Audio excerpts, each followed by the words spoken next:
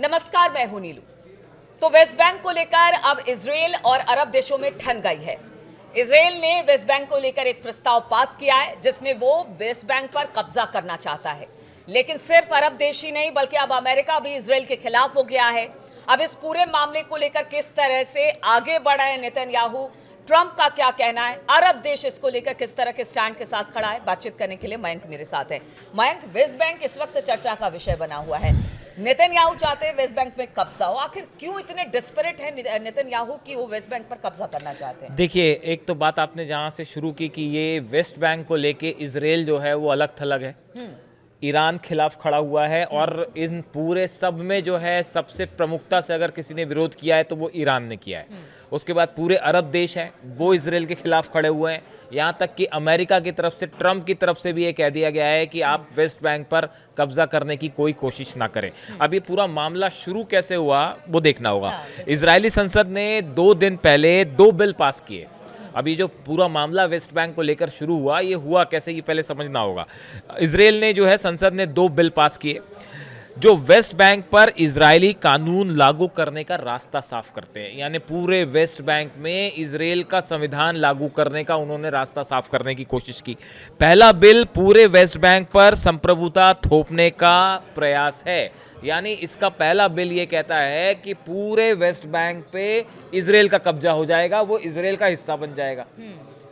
दूसरा जो बिल है, दूसरा बिल जेरूसलम के पास माले अदुमिम सेटलमेंट को कवर करता है, जो एक और सेटलमेंट है जिसका नाम माले अदुमिम सेटलमेंट है। इस एरिया पर भी इजराइल का पूरा प्रभाव हो जाएगा कंप्लीटली।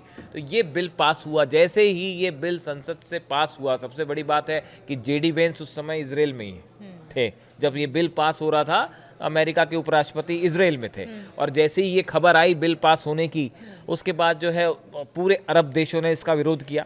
इजराइल के खिलाफ बयान आया, हम आपको बताएंगे किसने क्या कहा। ईरान की तरफ से बयान आया, ईरान की तरफ से कहा गया कि बात बहुत हो गई, अगर इस तरह की कोशिश इजराइल करता है तो इस बार उसको कड़ा जवाब देना होगा। अमेरिका की तरफ से, डोनाल्ड ट्रंप की तरफ से यहाँ तक कह दिया गया कि अगर इजराइल ने इस तरह का कोई कदम किया तो इजराइल के साथ दोस्ती खत्म। यानी इस मुद्दे को लेकर, वेस्ट बैंक को लेकर सब विरोध कर रहे हैं। देखिए, पहले अरब देशों की बात कर लें। नहीं, उससे पहले आप बयान पढ़िए। उससे पहले जरा ये बताइए वेस्ट बैंक को लेकर इतना डेस्परेट क्यों है, क्या वजह है, उसके बारे में भी जरा बताइए हमें, क्योंकि दर्शक ये आपने बड़ा गूढ़ सवाल पूछ लिया। मैं सोच रहा था बाद में इसमें आऊंगा, पहले इसको बताइए। देखो, आपने है ना बहुत सारे एनालिसिस इस मुद्दे पे देख लिए होंगे, तो आपको ये भी पता होगा कि वेस्ट बैंक पे पहले से कब्जा करने की कोशिश है। और 1967 से 1967 में जो इलाके थे, जो कि फिलिस्तीनियों का इलाका था जिस पे कब्जा किया था इजराइल ने, वहाँ पे 3 लाख अब इजरायली सेटलर्स रह रहे हैं और संयुक्त राष्ट्र और अंतर्राष्ट्रीय कानून के मुताबिक ये अवैध है जिस तरह का कब्जा इजराइल ने किया हुआ है। लेकिन देखिए, इस समय आप खुद सोचिए एक बात को कि गजा को लेकर इस समय मामला सीज फायर के 2nd राउंड पर अटका हुआ है। पूरी दुनिया इस बात को समझती है, जानती है कि दिल पर पत्थर रख के जो है वो नेतन्याहू ने ये सीज फायर को एक्सेप्ट किया, क्योंकि ट्रंप दबाव बना रहे थे। वरना नेतन्याहू का 1% इंटरेस्ट नहीं था गजा में सीज फायर करने को लेकर। समझ रहे हैं आप? इस समय वेस्ट बैंक को लेकर ये प्रस्ताव पास करने के पीछे कई एक्सपर्ट जो कह रहे हैं, इजराइल की मंशा ये है कि इस कोशिश के चलते एक बार फिर हालात बिगड़ जाएं और सीज फायर वाली बात खत्म हो जाए। जो इसकी इनसाइड स्टोरी है, जो कई लोग बता रहे हैं, कई विदेश नीति के जानकार जो वॉर एक्सपर्ट्स हैं वो बता रहे हैं। और आप अगर खुद ध्यान से चीजों को एनालाइज करें, देखिए बहुत सारी चीजें ऐसी होती हैं जो ऊपर से कुछ और दिखाई दे रही है, अंदर से कुछ और है, इंटरकनेक्टेड है। तो ये वेस्ट बैंक का मामला है। देखिए, वेस्ट बैंक पे अगर किसी भी तरह का प्रस्ताव ये पास हो जाए कि भाई वेस्ट बैंक पे कब्जा करना चाह रहा है इजराइल, इस तरह की कोई ऑलरेडी फोर्सेज है वहां पे, कई इलाके में अंदर तक है, अगर इसको पूरी तरह से कब्जा करने की कोशिश करता है इजराइल, तो बड़ी साधारण सी बात है कि गजा में हालात फिर से खराब हो जाएंगे, एक बार फिर जंग वाली स्थिति आ जाएगी। क्या वाकई नेतन्याहू यही चाहते हैं कि किसी तरह का सीज फायर ना हो? जो प्लान था ओरिजिनली कि पूरा फिलिस्तीन पर कब्जा कर लिया जाए, फिलिस्तीनियों को वहां से हटा दिया जाए, ये प्लान फेल हो गया सीज फायर के चलते। और ये बड़ा झटका था, सेटबैक था नेतन्याहू और इजराइल के लिए। ऐसी सूरत में अगर वेस्ट बैंक को के चलते, देखिए आप अरब देश, जो ये जितने अरब देश हैं ये सब के सब मीडिएटर थे गजा में, जो इन्होंने जो मध्यस्थता करवाई उसमें बीच में यही थे, कतर, इजिप्ट था, कतर था, ये देशों ने जो है मध्यस्थता करवाई। अब यही देश इजराइल के खिलाफ खड़े हैं वेस्ट बैंक को लेकर। यानी आप देखिए, डील तो तब होती है जब दो पक्ष एक दूसरे पे विश्वास करें। तो यहाँ हमास और इजराइल का एक दूसरे पे विश्वास करना तो दूर की बात है, जो मीडिएटर हैं वो बयान देखिए आप। मुस्लिम देशों ने कहा इजराइल की एक तरफा नीतियां क्षेत्रीय सुरक्षा को खतरे में डाल रही हैं। ओआईसी जो इनका ग्रुप है, उनकी तरफ से कहा गया कि कब्जे वाले फिलिस्तीनी क्षेत्र, गाजा, वेस्ट बैंक और पूर्वी जेरूसलम एक यूनिट है, एक अलग से जमीन है, और इजरायलियों का इस पर कोई कानूनी दावा नहीं बनता। ये ओआईसी के, हाँ, तुर्की के विदेश मंत्रालय ने बिलों को जीरो बताया है। तुर्की का कहना है कि ये बिल जीरो है, उसने जीरो करार दिया है। जबकि कतर ने सबसे कड़े शब्दों में इसकी निंदा की है। कतर ने भी कहा कि ये आपका जो बिल है पूरी तरह से गलत है और ये फिलिस्तीन की ज़मीन है, इस पर कब्जा करने की कोशिश मत करिए। यूएई जो अब्राहम अकॉर्ड से इजराइल से जुड़ा हुआ है, उसने भी चेतावनी दी है कि वेस्ट बैंक का अगर किसी तरह का आप अपने में मिलाने की कोशिश करते हैं तो ये रेड लाइन होगी, आप इसको पार करने की कोशिश मत करना। तो इस तरह के रिएक्शन अरब देशों की तरफ से आए। लेकिन देखिए, अरब देशों की तरफ से गजा में जब जंग चल रही थी तब भी कई सारे रिएक्शन आए। कतर पर जब हमला हुआ उसको लेकर भी, दोहा में जब हमला हुआ उसको लेकर भी अपने अपने बयान आए। लेकिन ईरान की तरफ से अब एक बयान आया है और ईरान की तरफ से कहा गया है, Iran has urged the United Nations Islamic countries to take immediate and effective action to protect the historical rights and identity of the Palestinian people. The move, देखिए ईरान का कहना ऐसा है कि इस मुद्दे को लेकर अगर वेस्ट बैंक पे किसी तरह की मिलिट्री एक्सरसाइज करता है इजराइल, तो आप आलोचना बहुत हो गई।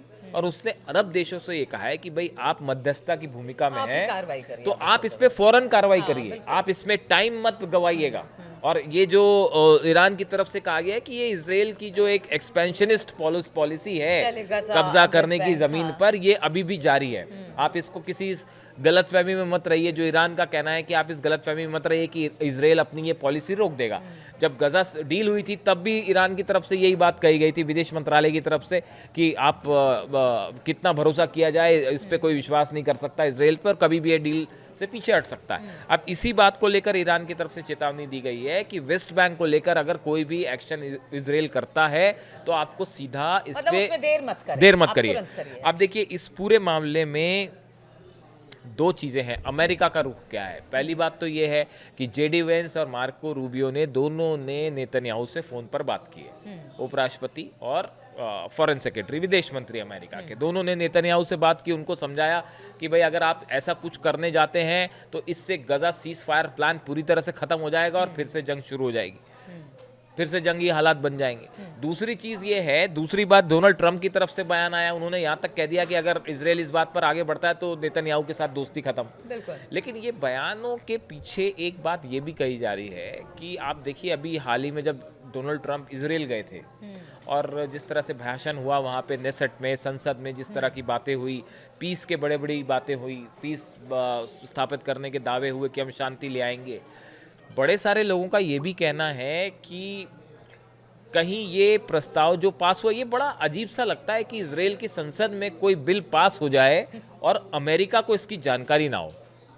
आप अपनी राय बताइए, आपको क्या लगता है? बड़े सारे जानकार ये कहते हैं कि अमेरिका में इजराइल में जो कुछ होता है, पत्ता भी खड़कता है। हाँ, पत्ता भी खड़कता है तो वो व्हाइट हाउस की परमिशन से खड़कता है साहब। तो दो बिल वहाँ पे वेस्ट बैंक को एनेक्स करने के, उस पर कैप्चर करने के दो बिल पास हो जाएं, खासकर वो जब अमेरिका के उपराष्ट्रपति वहाँ पे थे हैं और उनको कानों कान हाँ, और सीज फायर पे काम चल रहा है। हालांकि इसमें विपक्षी सांसदों ने इसको पार करवाया है, इसमें नेतन्याहू के लिक्विड पार्टी का उतना रोल नहीं है। लेकिन कई बार चीजें ऐसी होती हैं कि दिखती कुछ है और होता कुछ और है। तो अब आप खुद सोचिए, क्या ये संभव है कि अमेरिका की परमिशन के बिना ये बिल पास हो गया हो? बड़े सारे लोग ये सवाल पूछ रहे हैं। ये बात मैंने इसलिए कही क्योंकि सोशल मीडिया पे तो बड़ा कठोर हाँ, अब तरीके ट्रम्प से ट्रम्प ने साफ कह दिया। नेतन्याहू अब को- इस सिचुएशन में क्या इजराइल, देखिए ये एक प्रस्ताव आगे तब बढ़ेगा जब नेतन्याहू गवर्नमेंट इसको ओके करेगी। ओके करेगी, अगर ओके नहीं करती है तो आगे नहीं बढ़ेगा। तो अब देखने की बात यह है कि आखिर इस मुद्दे पर आगे डेवलपमेंट कैसे होता है। लेकिन एक दो बातें साफ है, अगर वेस्ट बैंक को लेकर किसी तरह की कार्रवाई होती है तो उसका सीधा असर गाजा सीज फायर पर होने वाला है और जंग के हालात खत्म, फिर से सीज फायर के हालात खत्म और फिर से सीधी जंग शुरू। क्योंकि इसमें पूरा मिडिल ईस्ट इन्वॉल्व हो जाए। पूरा मिडिल ईस्ट इन्वॉल्व होगा और एक बार आप फिर देखेंगे कि दो पूरे मिडिल ईस्ट को कवर करेगा ये। और इसका वेस्ट बैंक का प्रभाव सिर्फ उतने एरिया तक सीमित नहीं होगा, अरब देशों का भी इसमें सवाल होगा। अरब देशों की अमेरिका पर के साथ जो रिलेशंस है वो भी इस पे प्रभावित होंगे। देखिए पीछे जैसे कतर पर हमला हुआ जिस तरह से, उसके बाद बड़े सवाल उठे अमेरिका को लेकर और ये हुआ कि भाई कैसे हमला हो गया, इसराइल ने कैसे हमला किया, तो उससे बड़ी साख को क्षति पहुंची अमेरिका के कि भाई आपने सही समय पे जानकारी नहीं दी और वगैरह वगैरह। उसके बाद फिर अमेरिका को डील करनी पड़ी, नेटो टाइप डील हुई। तो इन हालात में अब ये वेस्ट बैंक पर अगर किसी तरह की कार्रवाई होती है तो ये ना सिर्फ अमेरिका के लिए नुकसानदेह होगा, पूरे मिडिल ईस्ट के लिए, और सीज फायर खतरे में पड़ता दिखाई देगा, जिसका नतीजा एक बार फिर हालात जंग की तरफ बढ़ते दिखाई देते हैं। बिल्कुल। तो वेस्ट बैंक को लेकर नेतन्याहू की क्या रणनीति है, इस पर अरब देश क्या सोच रहे हैं, ट्रंप जो बयान दे रहे हैं वाकई क्या ऐसा ही है कि वो नहीं चाहते कि नेतन्याहू वेस्ट बैंक या फिर इजरायली सेना वेस्ट बैंक की तरफ आगे बढ़े? ये तो आगे आने वाला समय ही बताएगा कि इन स्थिति परिस्थिति में वेस्ट बैंक का होगा क्या स्थिति पहले से बेहतर होगी या नहीं तो फिर इजरायली सेना जिस तरह से वेस्ट बैंक में आगे बढ़ रही है क्या वो और आगे बढ़ेगी, किस तरह के हालात बनेंगे, इस पर लगातार हमारी नजर बनी रहेगी। आप बने रहिए हमारे साथ। शुक्रिया इस चर्चा में शामिल होने